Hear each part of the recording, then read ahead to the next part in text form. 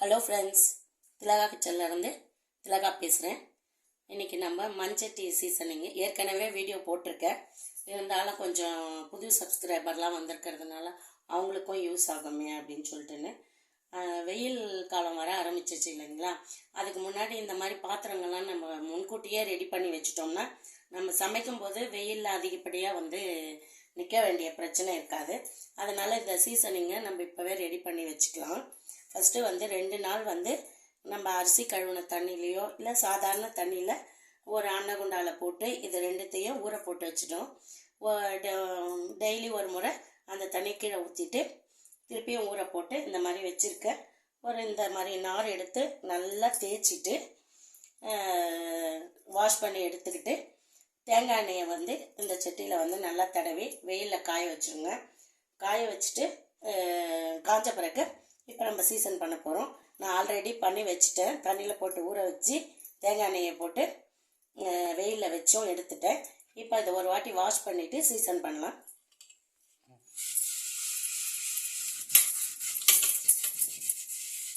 இது சும்மா தான் தேய்க்கிறேன்.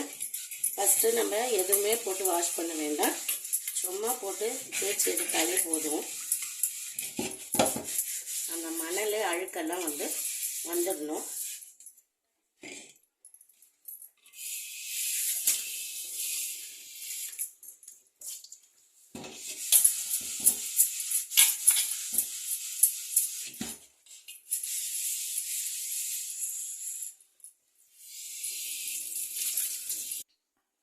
சாதம் வெடிக்கிறதுக்கு முன்னாடி அரிசி கழுவின தண்ணி இருக்குது இல்லைங்களா, வெடித்த தண்ணியில் அரிசியை கழுவி வைக்கிறோம்ல அந்த தண்ணியை ஊற்றிட்டு பத்தலைன்னா கொஞ்சம் எக்ஸ்ட்ரா தண்ணி ஊற்றிக்கோங்க.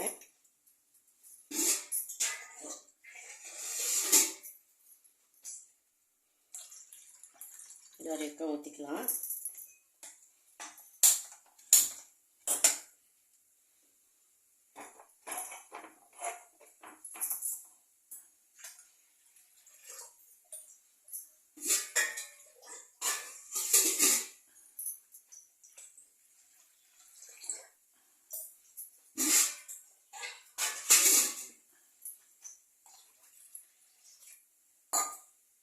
மிக்ஸ் பண்ணிக்கோங்க.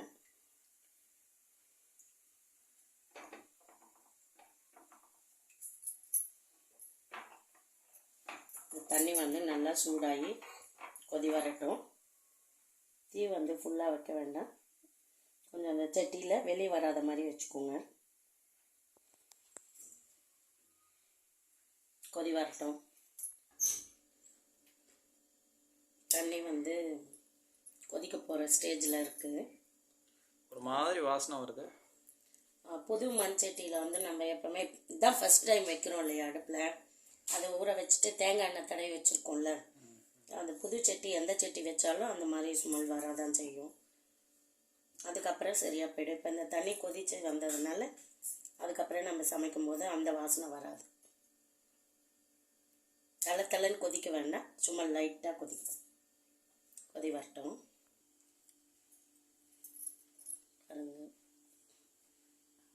இந்த மாதிரி நல்லா ஃபுல்லாக வரணும். ஏன்னா ஃபுல்லாக அந்த மண்சட்டியனோட வாசம் போகணும் இல்லைங்களா. அதனால தான் தண்ணியை ஃபுல்லாக பண்ணி வச்சுருக்கேன்.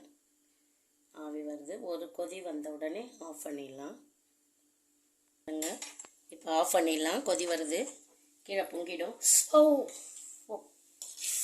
ஓ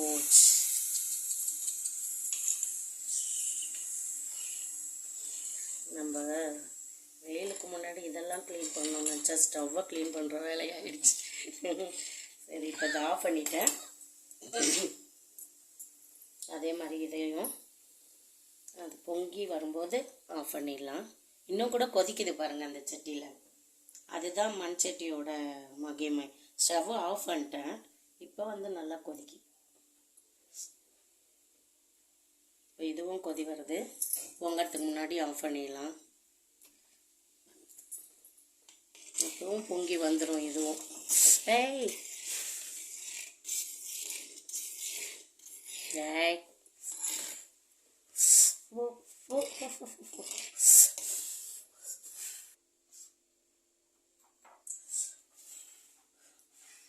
இதை அப்படியே ஊற்றிடலாம்.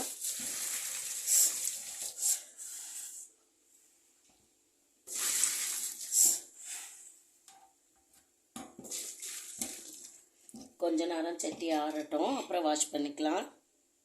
ஊற்றியாச்சு. லைட்டாக சூடாக இருக்குது, இந்த சூட்டோடவே தேய்ச்சிக்குவோம். கொஞ்சம் மட்டும்தான் கறி படிஞ்சிருக்கு. எதுவுமே நம்ம வந்து போட வேண்டாம். அப்படியே நீங்கள் போட்டு தேய்க்கணுமா இருந்தால் அரிசி மாவும் கடல மாவும் இது ரெண்டுத்தில் ஏதாச்சும் ஒன்று வந்து போட்டு தேய்ச்சிக்கலாம். இதனோட ஃபுல் வீடியோ வந்து ஏற்கனவே நான் போட்டிருக்கேன், மண்சட்டி எப்படி பழக்குவதுன்னு. ஃபுல் வீடியோ வேணுன்னா பாருங்கள்.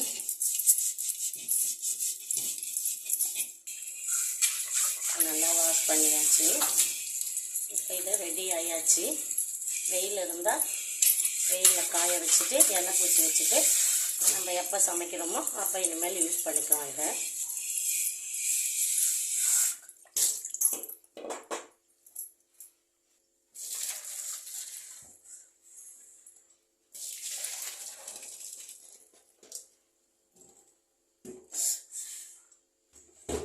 மண்சட்டி வந்து சூடு ஏற தான் லேட் ஆகும். ஆனால் வந்து சமைச்ச பிறகு சூடு அதிலே கொஞ்சம் நேரம் இருக்கும். இதையும் அதே மாதிரி வாஷ் பண்ணி எடுத்துக்கலாம்.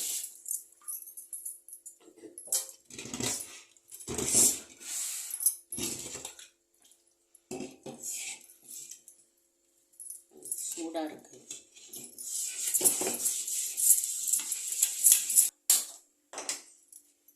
நான் வந்து நைட்டில் வந்து இந்த வீடியோ எடுக்கிறேன்.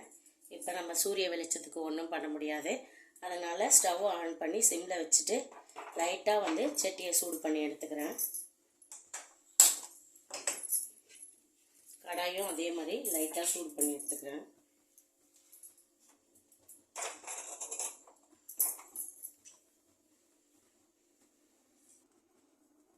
சட்டி நல்லா சூடாயிடுச்சு. இதை எடுத்து தூரம் வச்சிடலாம். காயணுமேன்றதுக்காக தான் வச்சுருக்கேன். கடாயும் வந்து இதுவாகிடுச்சு. இது சூடு ஆறட்டும், அதுக்கப்புறம் என்ன பண்ணலான்னு பார்க்கலாம். அதுக்கப்புறம் இன்னொரு வேலை பண்ணலாம்.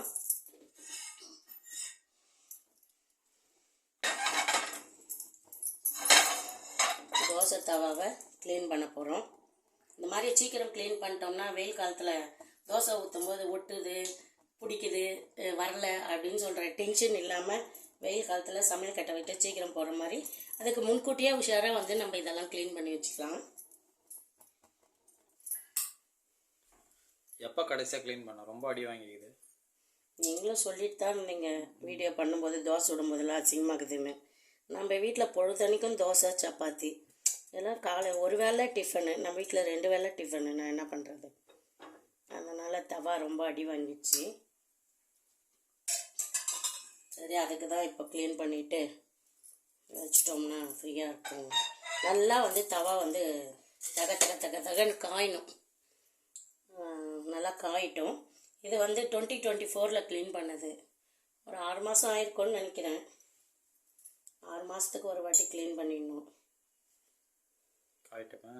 எல்லா பொருளுமே நம்ம வந்து வாங்கிறது பெருசு இல்லை, க்ளீன் பண்ணுறது முக்கியமான வேலை. அதுவும் எப்படின்னு தெரிஞ்சுக்கிட்டோம்னா அந்த பொருளை வந்து ரொம்ப நாள் வந்து நம்ம வச்சுக்கலாம் பத்திரமா.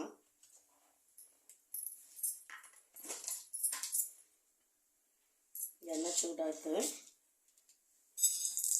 கல் உப்பு போட்டுக்கிறேன்.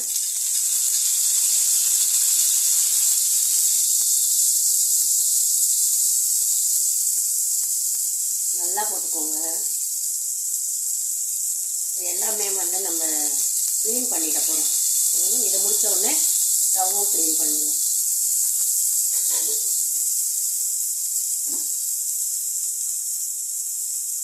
நல்லா சூடாகும்போது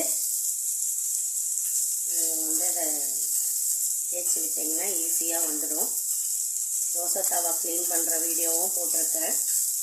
புதுசாக பார்க்குறவங்களுக்காக இந்த வீடியோ வேணுன்றவங்க பழைய வீடியோவை போய் செக் பண்ணிக்கலாம். எண்ணெய் வந்து எந்த எண்ணெய் வேணுன்னா ஊற்றிக்கலாம். கடலை எண்ணெய், தேங்காய் எண்ணெய், நம்ம சமையலுக்கு யூஸ் பண்ணுற எண்ணெய். இங்கேயும் க்ளீன் ஆகணும்னா இங்கேயும் போட்டுக்கலாம். அங்கே போட்டுட்டா கை பிடிக்க முடியாது.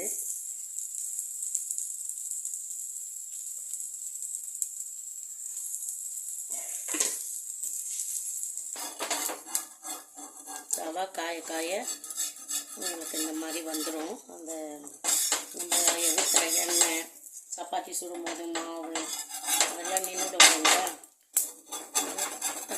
நல்லா வந்து காய காய உங்களுக்கு கொஞ்சம் தள்ளி தள்ளி விடுங்க.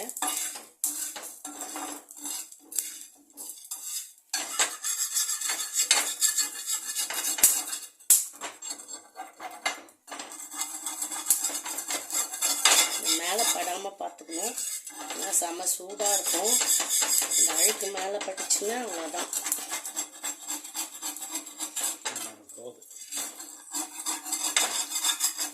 ஃபுல்லாக தவா வந்து சூடாக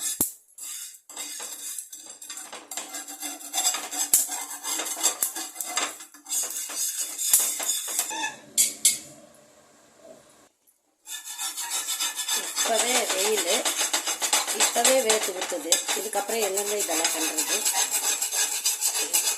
இந்த உப்பு வேறு அது வெடிக்குது. நம்ம எங்கெங்கே வரலையோ அங்கங்கே வந்து தீ வந்து இப்படி வச்சு வச்சு சொரன்னா தான் அது வரும். நான் இன்றைக்கி வந்து பேக் சைடெலாம் தேய்க்க போகிறதில்ல. நம்ம சாப்பிட்றதுக்கு ஏற்ற மாதிரி ஃப்ரண்ட்டில் மட்டும் எடுத்துகிட்டு போவேன். ஏன்னா சூட்டோடு உடனே பின்னாடியும் திருப்பி போட்டு உடனே க்ளீன் பண்ண முடியாது. இன்னொரு நாள் என்ன பண்ணலாம். அதனால் ஃப்ரண்ட்டில் மட்டும் க்ளீன் பண்ணிக்கிட்டோம்.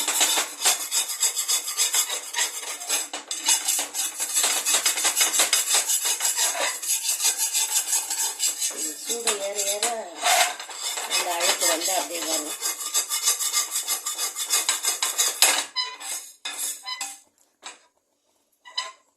நல்லா கனமான துணியாக வச்சுக்கோங்க.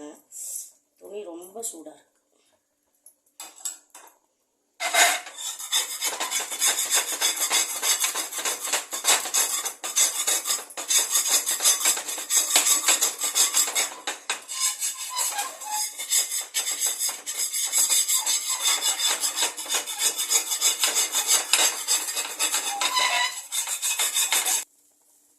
அந்த உப்பை எடுத்து கீழே போட்டாச்சு.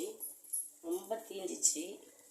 அதனால் இன்னும் கொஞ்சம் இது வரணும். ஆனால் அவ்வளோ உப்பை வேஸ்ட் பண்ணிட்டியா? ஏண்டா உன் வயிற்றை சுத்தமாக்கிறதுக்காக க்ளீனாக செஞ்சு தரேன்ற நீ வயிற்று அழுக்கோடு வச்சாலும் வைப்பனை தவிர உப்பு வேஸ்ட் ஆகுதுன்னு உப்பை சேர்த்து வச்சு பிபியை வர வைக்க போகிறேன். இருக்கிறதே போதாதான். எல்லாமே தெரியாமல் கேட்டேன்னு எவ்வளோ நாள் தான்ப்பா நல்ல முறையே நடிப்பேன். தெரிஞ்சு எந்த விஷயமா நீ கேட்குறியா? எல்லாமே தெரியாமல் கேட்கணும். ஆனால் நான் தெரிஞ்சே கேட்பேன். தெரியாத மாதிரி காது கேட்காத மாதிரியே போயின்னே இருப்பேன் பாரு. கொஞ்சம் ரெஸ்ட்டு, தண்ணி குடிச்சிட்டு வந்துடுறேன். எப்படி இருந்த கடாய் எப்படி ஆயிருக்கு பாருங்க. ஒரே நாளில் எல்லாமே க்ளீன் பண்ணோன்னா கஷ்டம். ஒரு நாள் ஒன்று க்ளீன் பண்ணிக்கலாம். இப்போ இந்த சூடு வந்து ஆறணும். கொஞ்சம் கை பொறுக்கிற சூடு இருக்கும்போது நம்ம சபீனாவை போட்டு ஒரு இரும்பு நார் வச்சு நல்லா தேய்ச்சோம்னா இந்த அழுக்கு வந்துடும். இப்போ நாங்கள் போய் சாப்பிட்டு வரோம். சாப்பிட்டு வர்றதுக்குள்ளே சூடு ஆறிடும். அதுக்கப்புறமா வாஷ் பண்ணி காமிக்கிறேன். சூடு கொஞ்சம் ஆறிச்சு. இப்போ எடுத்துக்கலாம்.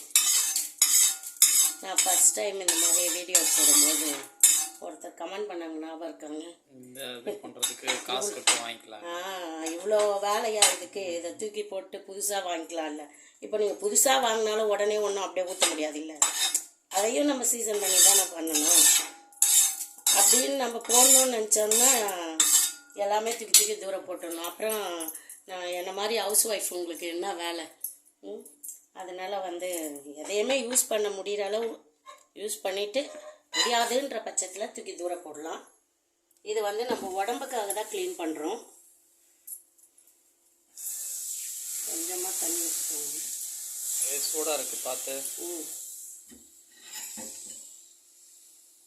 கொஞ்சம் சபினா. கொஞ்சம் சூடாக இருக்கும்போதே தேய்ச்சோம்னா பளிச்சுன்னு விட்டுரும். ஆனால் பார்த்து செய்யணும். பெரிய துணியாக பிடிச்சிக்கோங்க. நான் அப்போவே சொல்கிறேன், முன்னாடி மட்டும்தான் நான் பண்ணுறேன், பின்னாடி பண்ணல. அப்புறம் பின்னாடியா இவ்வளோ கருப்பாக இருக்குன்னு கேட்காதீங்க. அதுவும் வந்து திருப்பி போட்டு பண்ணோம்னா க்ளீன் ஆகிடும்.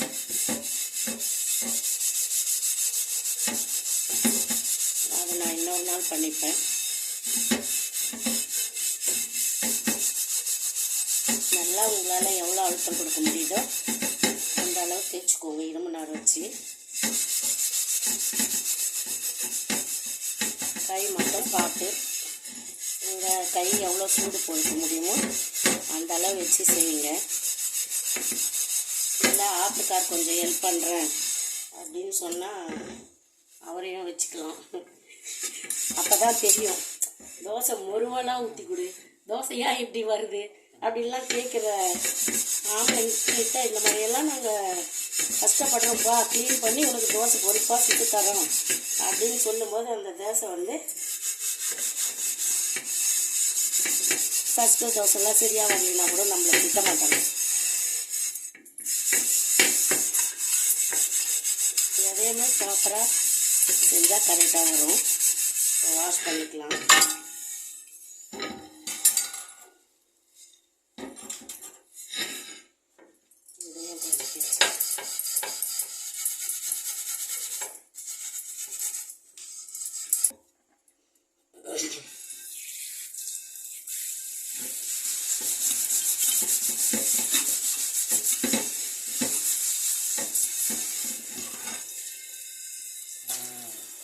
ஃபஸ்ட்டு தவா ஸ்டவ்வில் வைக்கும்போது எப்படி இருந்தது, இப்போ எப்படி இருக்குதுன்னு பாருங்க.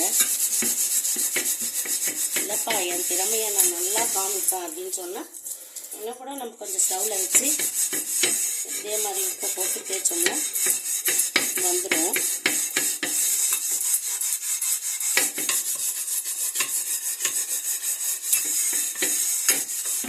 ரெண்டு மூணு வாட்டி கொஞ்சம் வக்காம தேய்ச்சிட்டு வந்துடுவேன். இந்த தோசை தவா க்ளீன் ஆகிடுச்சு. என்னால் முடிஞ்ச அளவு க்ளீன் பண்ணியிருக்கேன். பின்னாடி வந்து லைட்டாக தான் பண்ணியிருக்கேன். இது தோசை தவா வந்து தண்டவாளம். நம்ம நான்ஸ்டிக் தவிர மற்ற எந்த தோசை தவாவாக இருந்தாலும் இதே மெத்தடில் நீங்கள் யூஸ் பண்ணி பாருங்கள். நல்லா காஞ்ச உடனே ஈரம் இல்லாமல் கொஞ்சம் வந்து நான் வந்து தேங்காய் எண்ணெய் விடுறேன். இது வந்து சுத்தமான தேங்காய் எண்ணெய்.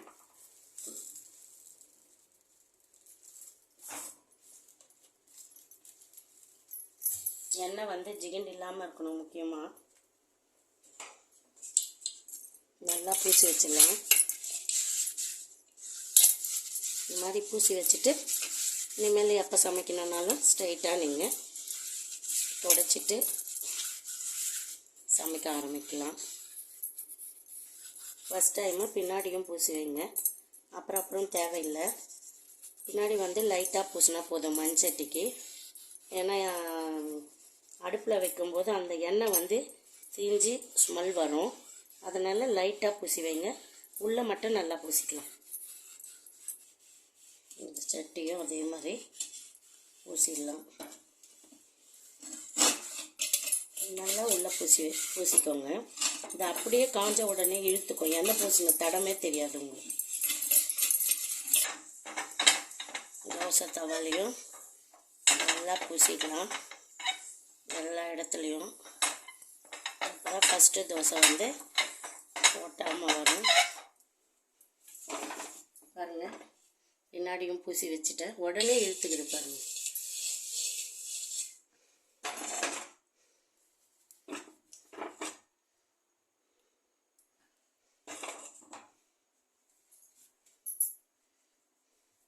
சீசன் பண்ணியாச்சு. தோசை தவா வந்து நம்ம யூஸ் பண்ணும்போது கொஞ்சம் வந்து ஒரு டிஷ்யூ பேப்பரில் துடைச்சி எடுத்துகிட்டு வேணும்னா ஒரு வெங்காயத்தை போட்டு நல்லா வதக்கிட்டு தோசை ஊற்றலாம். அப்படி முட்டை சாப்பிட்றவங்களா இருந்தால் முட்டை போட்டிங்கன்னா அடுத்த தோசை ஒட்டாமல் ஈஸியாக வந்துடும். மண் சட்டி அதே மாதிரி சும்மா லைட்டாக ஒரு வாஷ் கொடுத்துட்டு அப்படியே நீங்கள் சமைக்க ஆரம்பிக்கலாம். ரெடி ஆகிடுச்சு. மண் பாத்திரமும் தண்டவாள தோசை கல்லும் ரெடி ஆயிடுச்சு. இதே மாதிரி உங்களுக்கு வேறு ஏதாச்சும் சீசன் பண்ணோம் அப்படின்னாலும் கமெண்ட்டில் சொல்லுங்கள். இந்த வீடியோ பிடிச்சிருந்தா லைக் பண்ணி கட்டாயமாக ஷேர் பண்ணி என்ஜாய் பண்ணுங்கள், லைக் பண்ணுங்கள். ஓகே, பாய்.